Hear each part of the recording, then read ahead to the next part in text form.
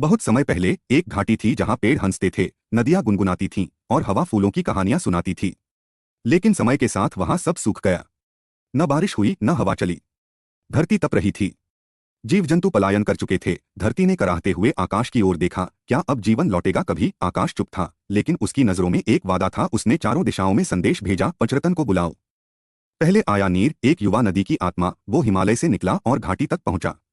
धरती की दरारों में जाकर उसने नमी जगाई। उसने कहा, जहां जल होगा वहां जीवन पनपेगा। नीर ने पुराने बीजों को जगाना शुरू किया, लेकिन उसे अकेले काफी नहीं था। फिर पहुंची वायु, एक पहाड़ी हवा की आत्मा। वो चंचल थी लेकिन कोमल भी। उसने बीजों को दूर दूर तक उड़ाया और ठंडी सांसों से मिट्टी में जान फूंकी। उसने नीर से कहा, मैंने बीज फैलाए हैं, लेकिन इन्हें ऊर्जा चाहिए।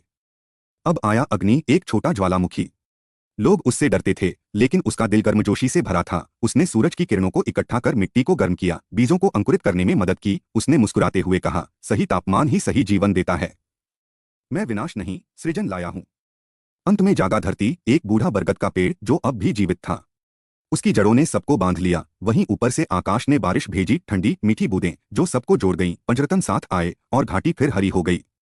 हर रतन अलग था, जल, वायु, अग्नि, धरती, आकाश, लेकिन उन्होंने मिलकर जीवन को फिर से जन्म दिया। क्योंकि जीवन कभी एक चीज से नहीं बनता, वह 5 तत्वों का संगम है।